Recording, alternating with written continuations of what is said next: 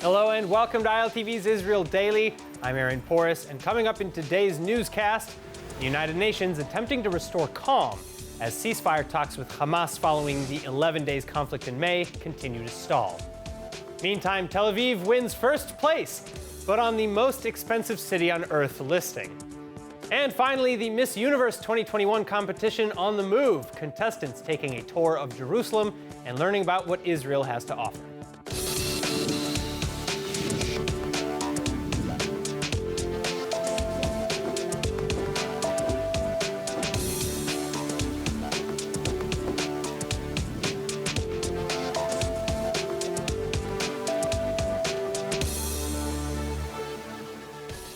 To begin our top story tonight, the so-called quartet of Middle East mediators heading to the United Nations Security Council to call for urgent actions regarding the crises threatening stability in the Palestinian territories. UN Special Coordinator for the Middle East Peace Process, Tor Wennesland, acknowledging that Israel has taken steps to reach out to the Palestinian Authority, but adding that there still needs to be a lot more done in terms of coordinating approaches towards meaningful negotiations, lest another round of hostilities breaks out. And this as ceasefire talks following the conflict with Hamas last May effectively frozen. Here with more is expert on Middle East and U.S.-Israel ties, Ambassador Yoram Ettinger. Thank you so much for being with us, Ambassador. Now, among the supposed issues that Wennesland called for urgent action on, he said the severe fiscal and economic crises in the Palestinian Authority so that they can pay salaries, among other debts. And then he also called out the Israeli plans to develop new housing units in Atarot, just north of Jerusalem, where Jews established a community over 100 years ago. Would you agree with these analyses? Well, what I agree is that, in fact, the U.S. policy plays a key role in shaping UN attitude towards Israel, European attitude towards Israel, and its UN global standing, which has been eroded recently, especially since the flight from Afghanistan, as well as the growing, more intense U.S. pressure on Israel, which have radicalized UN attitude towards Israel.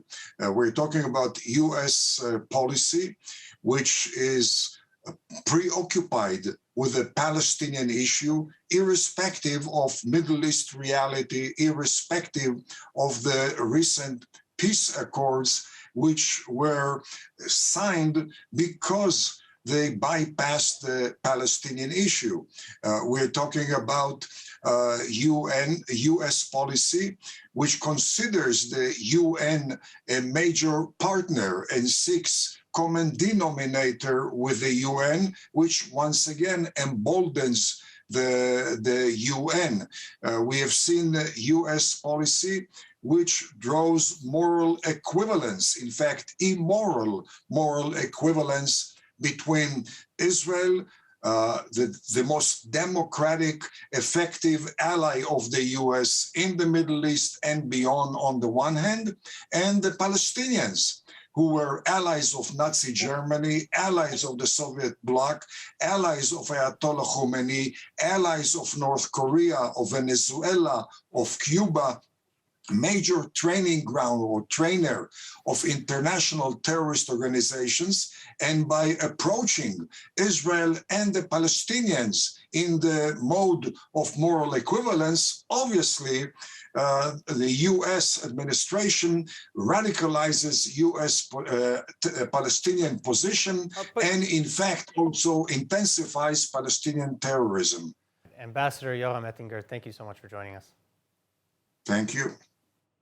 Now, if you'd like to see the full extended interview with Ambassador Yoram Ettinger, make sure to head over to ILTV Plus at iltv.tv.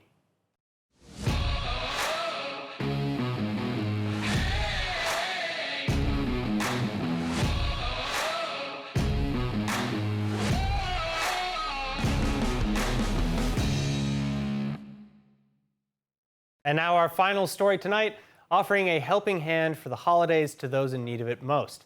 Israeli NGO Yad Ezra V'Shulamit, with the mission of lifting children out of poverty, now opening a new children's center in the northern Israeli city of Tzfat. And we can help furnish the center through the NGO's new drive. Take a look. Israel is known as the land of milk and honey, a country abounding in good things. But for millions of families, these good things and other basic necessities are unfortunately out of reach. According to the latest 2020 annual poverty report by the National Insurance Institute, there are nearly 2 million people living below the poverty line.